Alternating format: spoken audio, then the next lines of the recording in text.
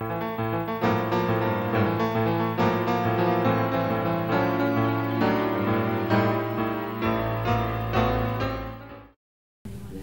when Nori said, is it Nori? Mm-hmm. When you said it was amazing, it was like amazing. I mean, you don't usually hear that.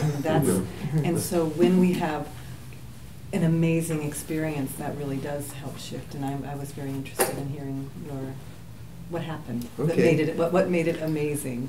Well, I have to say, we could go the whole hour. My dad was 94. He came out to live with me because my sister in Florida had been taking care of him for a long time. He had been here for a few months, up in the mountains and the streams and the rivers and everything, and he was mentally very sharp, mentally more present than anybody I ever knew. But his body wasn't functioning, swallowing other parts of his body. So he told me one day, I'm tired, I'm ready to go. What can we do?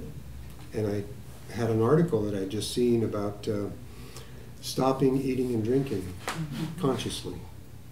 And I read this article to him, and it was fascinating. He was really attentive, and he said, stop, read that part again. That's me, more, that's me.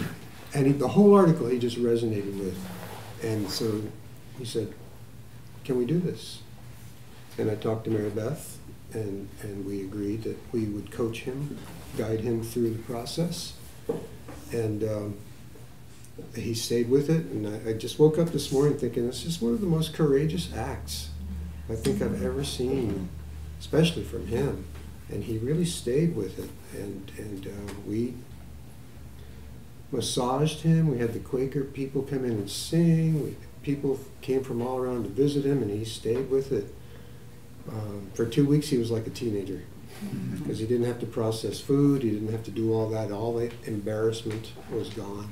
So he was really present. Just amazing energy, right? I mean, yeah, one thing that I'm recalling about the whole situation, we'd be cooking, we're having meals, and he had said he's not eating and drinking anymore, which we knew. So I kind of felt guilty making these meals, and he'd want to sit with us. And I finally said to him, I just kind of feel just guilty about this and uncomfortable. He goes, oh, no, I enjoy smelling it. It smells great. I don't want to eat anymore. I'm ready to go.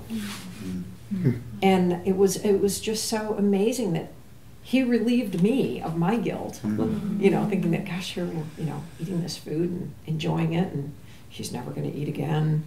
But it was what he wanted.